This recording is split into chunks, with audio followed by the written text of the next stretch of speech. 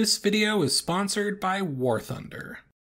Note, this video has some Polish names that are hard for me to pronounce. To help with that, I had a Polish friend of mine read the names and I figured it was just easier to copy and paste that into my audio than to hear me butcher Polish names.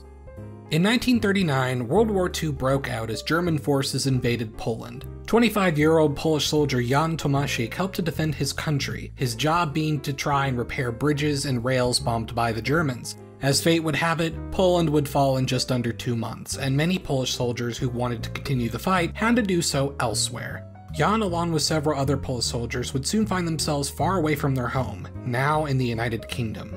Jan Tomaszek would be a part of a group of Polish soldiers that would help man defenses along the eastern Scottish coastline, should the Germans try to attack.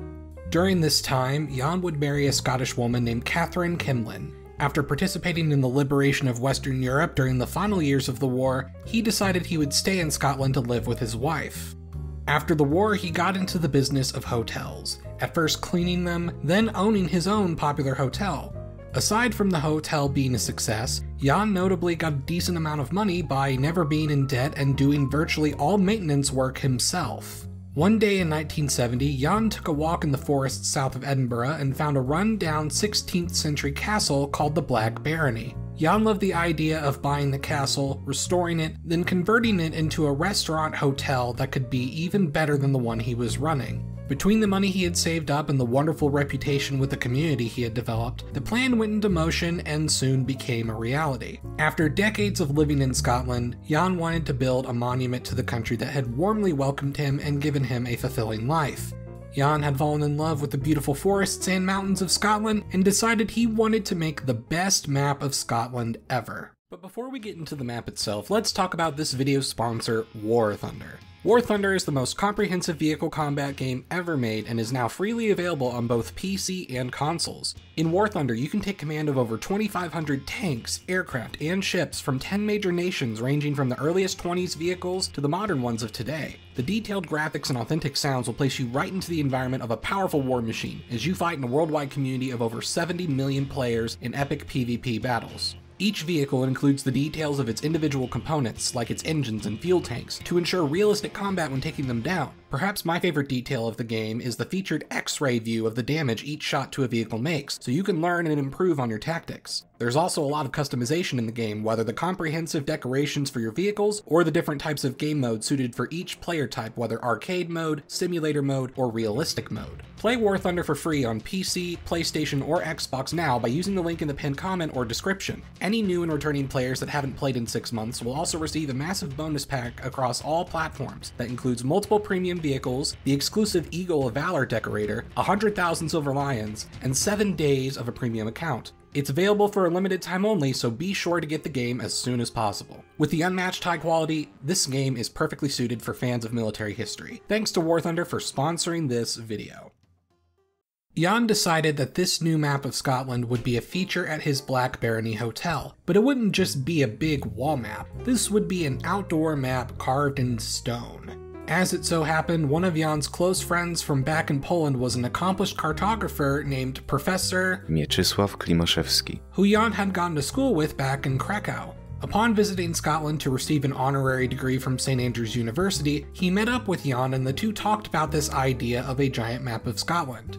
Mieczysław Klimaszewski recommended entrusting the task to a fellow University of Krakow man named Dr. Trafas. Between 1974 and 1979, the map was constructed. Outside the hotel was a stream that was enlarged into a small lake. Within the lake, they added concrete in the shape of Scotland that was about 1/10,000th the actual size, using official survey maps as a grid reference.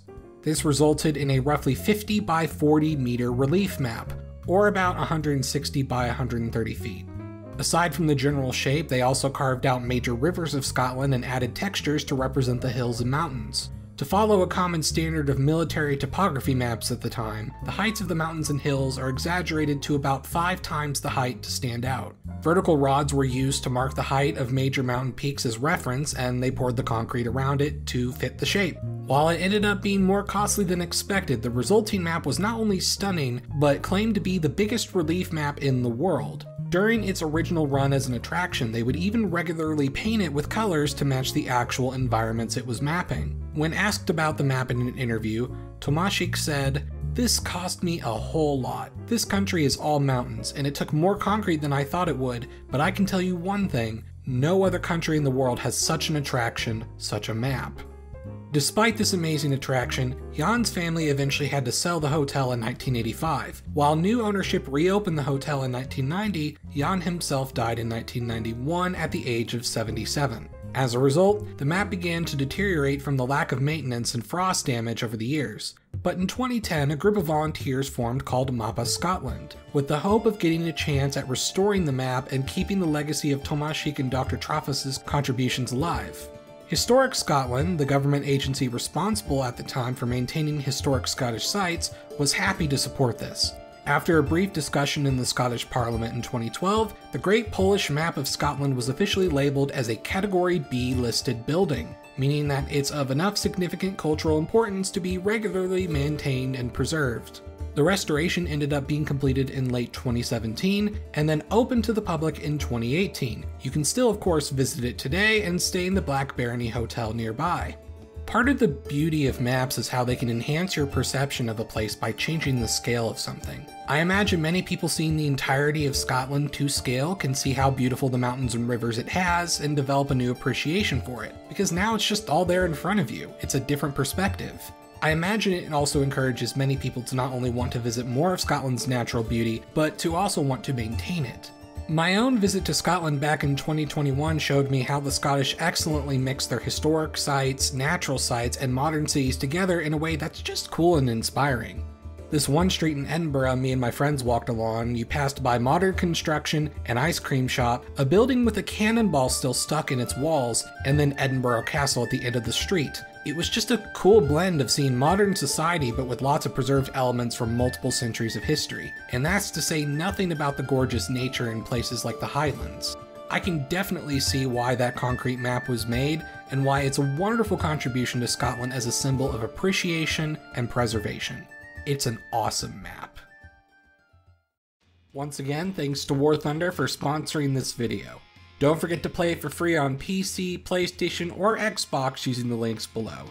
The massive bonus pack for new and returning players is only for a limited time, so don't miss it.